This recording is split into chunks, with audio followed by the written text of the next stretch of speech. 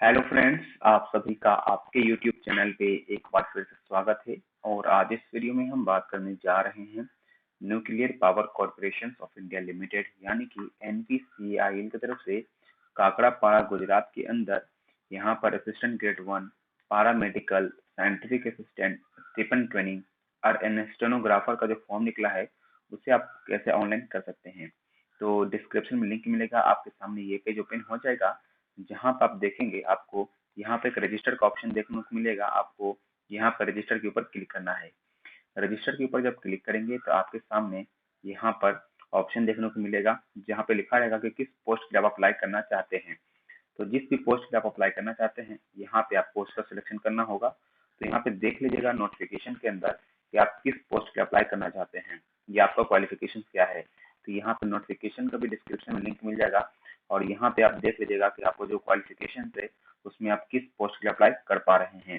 इसके बाद यहाँ देखेंगे, फिर यहाँ पे आपको उसी हिसाब से अपना क्वालिफिकेशन सिलेक्शन कर लीजिएगा किस पोस्ट पे अप्लाई करना है। उसके बाद यहाँ पे आपका ब्रांच का नाम दिखेगा तो अपने ब्रांच का सिलेक्शन कर लीजिएगा और फिर आप किस कैटेगरी से बिलोंग करते हैं, जैसे कि जनरल, ओबीसी, एससी, एसटी जिससे भी आते हैं आप सिलेक्शन कीजिएगा। इसके बाद पूछ रहा है विकलांग में आते हैं कि नहीं आते हैं, तो आपको यस और नो के ऊपर सिलेक्शन करना है। इसके बाद यहाँ पे मिस्टर होगा, मिसेस होगा या मिसेस, डॉक्टर, जो भी आपको यहाँ पे सजेशन से लगा सकते हैं। इसके बाद यहाँ पे आपका नाम पूछा जाएगा, पहला नाम, मिडिल नेम और लास्ट नेम वो आपको लिखना होगा। इसके बाद आपका जेंडर क्या है, मेल, फीमेल या ट्रांसजेंडर होंगे। आपका डेट ऑफ बर्थ होगा, डेट ऑफ बर्थ का यहाँ लिखना है। इसके बाद यहाँ पे अगर आपके पास आधार कार्ड का नंबर है तो वो दीजिएगा, नहीं है तो छोड़ दीजिएगा। इसके बाद नेशनलिटी का ऑप्शन आएगा तो इंडियन का सिलेक्शन कीजिएगा और फिर पूछेगा कि आप एनपीसीआईएल में पहले से काम कर रहे हैं या नहीं कर रहे हैं, आपको यस और नो के ऊपर क्लिक करना है। और उसके बाद कि आपके कोई डिपेंडेंट है जिनके आपके पापा या मम्मी, दादा दादी को भी 1984 के जो राइट्स हुए थे उसमें डेथ कर गए हैं कि नहीं, आपको यस और नो के ऊपर क्लिक करना होगा। इसके बाद यहाँ देखेंगे तो आपसे पूछा जाएगा कि आप एक्स सर्विसमैन में आते हैं कि नहीं आते हैं, आपको यस और नो के ऊपर क्लिक करना है। इसके बाद एनपीसीआईएल में आप कॉन्ट्रैक्ट या फिक्स टर्म बेसिस के ऊपर काम कर रहे हैं या नहीं कर रहे हैं, आपको यस और नो के ऊपर क्लिक करना है। इसके बाद यहाँ देखेंगे आपसे यूजर नेम पूछा जाएगा तो आपको यहाँ पे एक यूजर नेम देना है जो कि एक यूनिक होना चाहिए। तो यहाँ पे यूजर नेम 5 से 20 कैरेक्टर का होना चाहिए और यहाँ पे लिखने के बाद चेक अवेलेबिलिटी के ऊपर जब क्लिक करेंगे तो यहाँ पे देखिएगा लिख के आ जाएगा कि यूजर नेम अवेलेबल है। अगर ये नाम अवेलेबल होगा तभी आपको यूजर नेम मिलेगा, अगर नहीं रहेगा तो यहाँ पे लिख के आ जाएगा कि यूजर नेम नॉट अवेलेबल। तो यहाँ पे आपको यूनिक नंबर, यहाँ पे यूनिक आईडी बनाना है। इसके बाद आपका पासवर्ड होगा, आपको अपना पासवर्ड यहाँ बनाना है।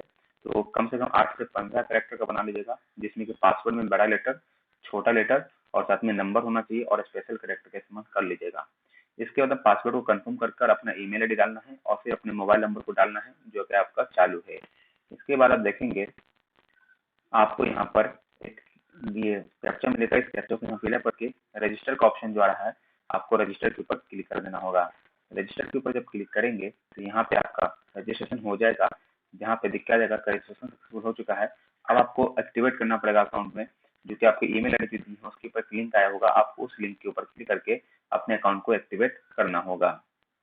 अब यहाँ पे आपका ईमेल आईडी लॉगिन यहाँ पे वेरीफाई हो चुका है और आपको लॉगिन का ऑप्शन आएगा, लॉगिन के ऊपर क्लिक करना है और आपने जो लॉगिन आईडी और पासवर्ड बनाया था वो इस्तेमाल करना है और इस कैप्चा कोड को यहाँ पे फिलअप करके आपको लॉगिन के ऊपर क्लिक करना है।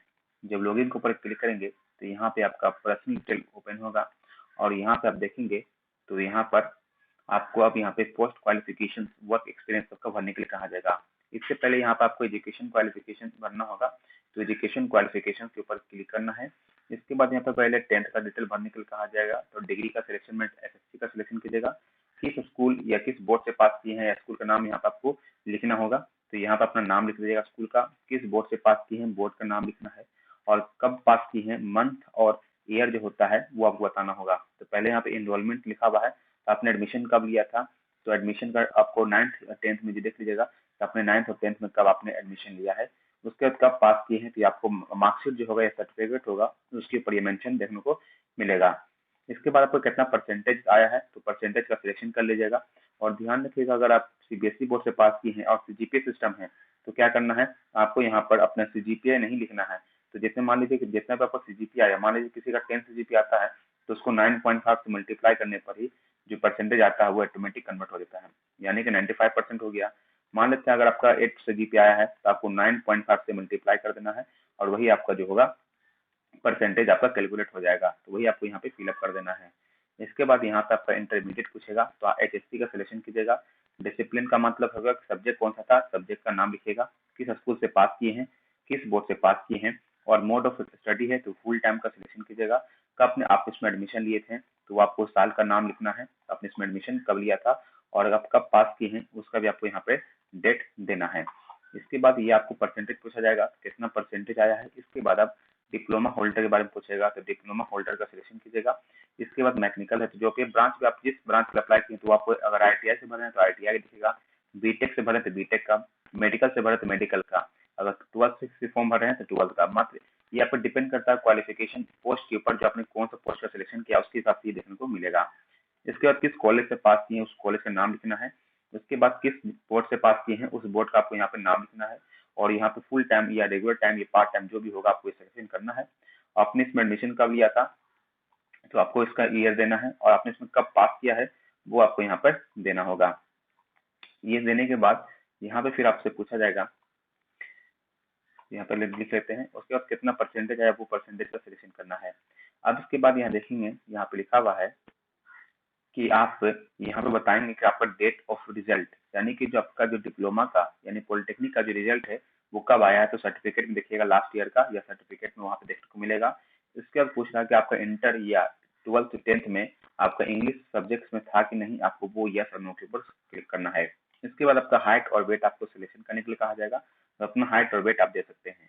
एग्जैक्ट अगर नहीं पता तो कोई दिक्कत नहीं, लगभग भी एक्सपेक्टेड आप जो होगा एक्सपेक्ट दे दीजिएगा, एग्जैक्ट नहीं दे सकते हैं तो। लेकिन ध्यान रखना जो दीजिएगा वो उसके आसपास का वैल्यू होना चाहिए, +-2 जो भी कुछ वैल्यू दे रहे हैं तो ठीक है।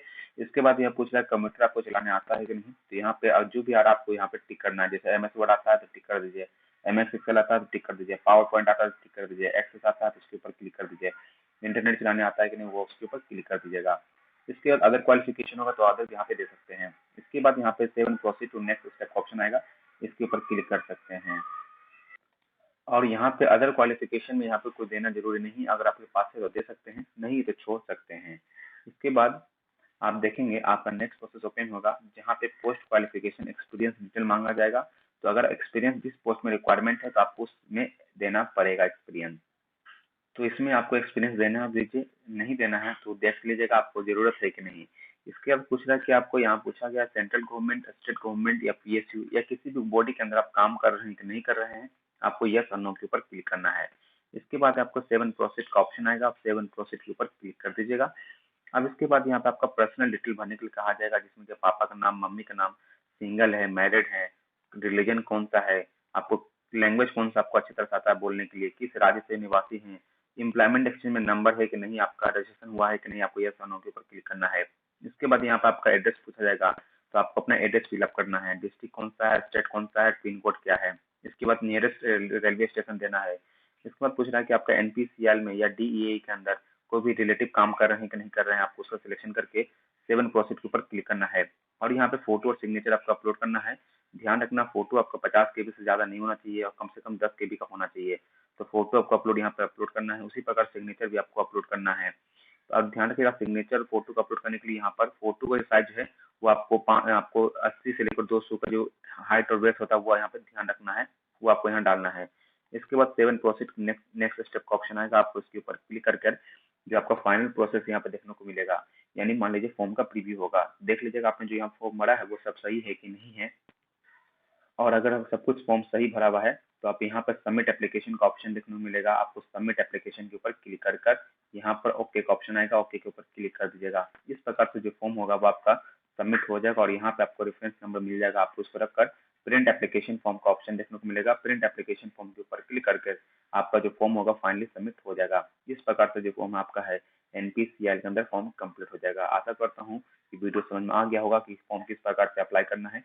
अगर वीडियो अच्छा लगा तो प्लीज वीडियो को लाइक, शेयर और चैनल को सब्सक्राइब कर लीजिएगा। मिलेंगे जल्दी नेक्स्ट वीडियो में। Thank you for watching this video.